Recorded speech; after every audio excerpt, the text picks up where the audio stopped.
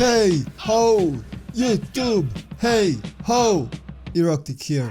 In today's video we're gonna talk about second Titan subclass Striker. I'm gonna show you all the passives, how they look, what is the synergy between active and the passive skills. I'm gonna give you some recommendations, and on the end of the video you'll definitely know what is Striker all about. But first, you know it, intro.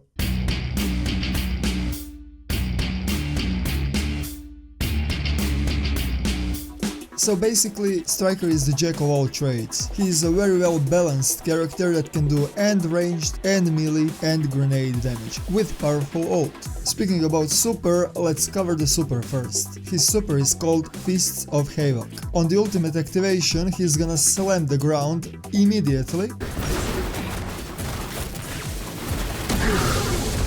And after the ground slam, he is entering in enraged mode that has increased movement speed, and it is gonna one-shot the opponents with his arc damage with his fists.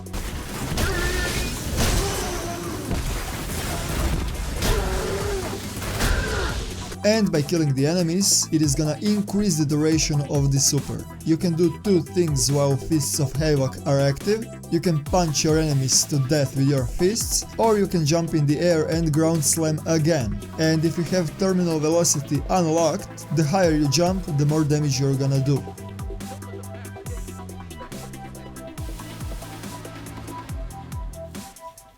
Speaking about power jumps, Striker can pick between 3 power jumps: high lift, catapult lift and a strafe lift. With a high lift jump, you will be able to jump the highest, and I'm instantly locking high lift on the Striker, just because the higher you are, the more damage you're gonna do with the ground slam during the Fists of Havoc.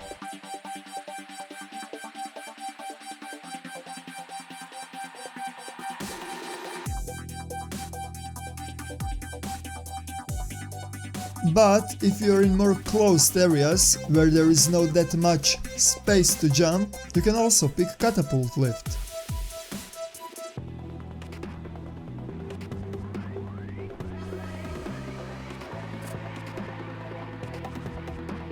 It is gonna launch you in the air, and after a short period of time, let's say split second, it is gonna give that extra kick just to be unpredictable. I'm guessing when the game evolves, the catapult lift is going to be PvP jump just because of that unpredictable movement. Or again, if you're in the tight rooms where there is not that much space to jump, you can also pick strafe lift. With the strafe lift, you're gonna get major improvement and in your directional control, and you will be able to jump further.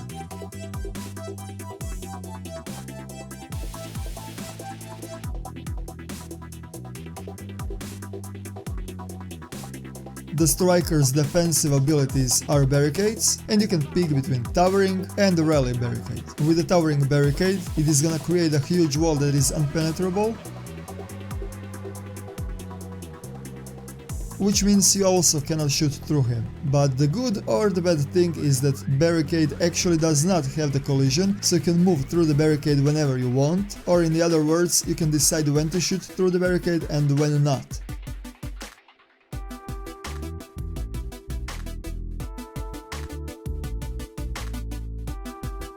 Or you can also pick the rally barricade, which is gonna create the smaller version of the barricade, and after the activation it is gonna automatically crouch you behind the barricade,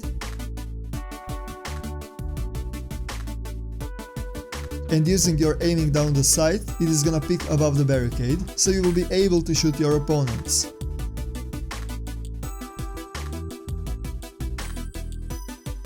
By releasing your aiming down the sight, it is gonna automatically cover you behind the barricade again, and it is gonna automatically reload the magazine.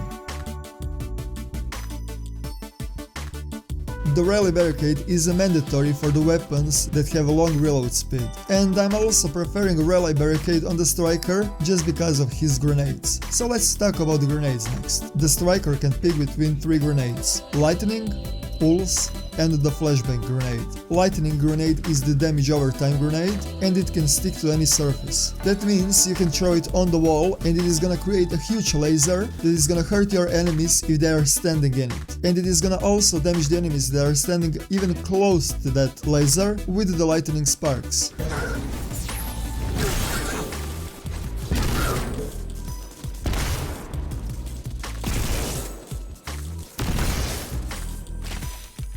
This grenade is really good if you know how to use it for cornering down the enemies and pinning them down. Lightning grenade will require a lot of skill to throw it properly, and if you're a new player like myself, you'll be using the pulse grenade. The pulse grenade is also damage over time grenade, but it is gonna create a huge AoE on the floor, and it is gonna hurt the enemies that are standing in it.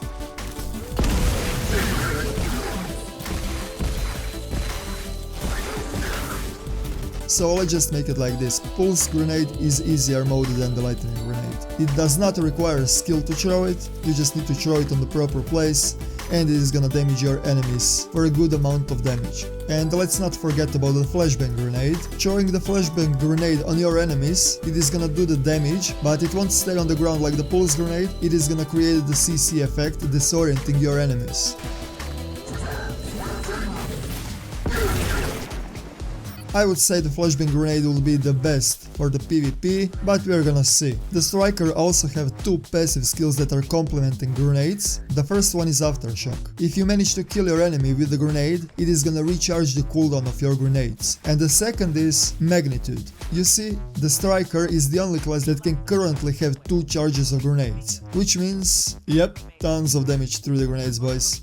The striker can spam two charges at once, and if it kills somebody, it is gonna recharge his grenade, which is gonna make him insane. And if you're planning to play a striker, you should definitely learn how to throw grenades. Last but not least, melee. After a short period of time, striker's passive skill Seismic Strike is gonna activate, and you're gonna get that blurry animation so you know when it is active. While it is active, by pressing your melee attack, it is gonna bash towards the opponents, and it is gonna create AoE blast. It is gonna hurt all of your opponents that are standing next to you. The Seismic Strike is doing much more damage than the normal melee attack, which is automatically activate the knockout passive. After critically wounding your enemy or breaking his shield, it is gonna increase your melee range and the damage, making your normal melee attacks a Seismic Strike. If you kill your opponents with that devastating melee punches, it is gonna automatically regenerate your HP to the max, and by the way, this has the duration of 15 seconds. And after that, since you have punched your opponents, it is gonna activate Frontal Assault passive that is gonna greatly increase your weapon stability and the reload speed. So next time when you see the striker, you will definitely know if he is a good striker or the bad striker. This was my striker guide. From now on I'm gonna cover the Destiny 2, so if you're interested in more guides about the subclasses, if you're interested about in-depth exotic weapons, if you're interested in any type of the stats in the game, you should definitely check my channel a little bit more, because my channel is based on the number crunching. Thank you guys for watching and see you in the next one. Eroctic out.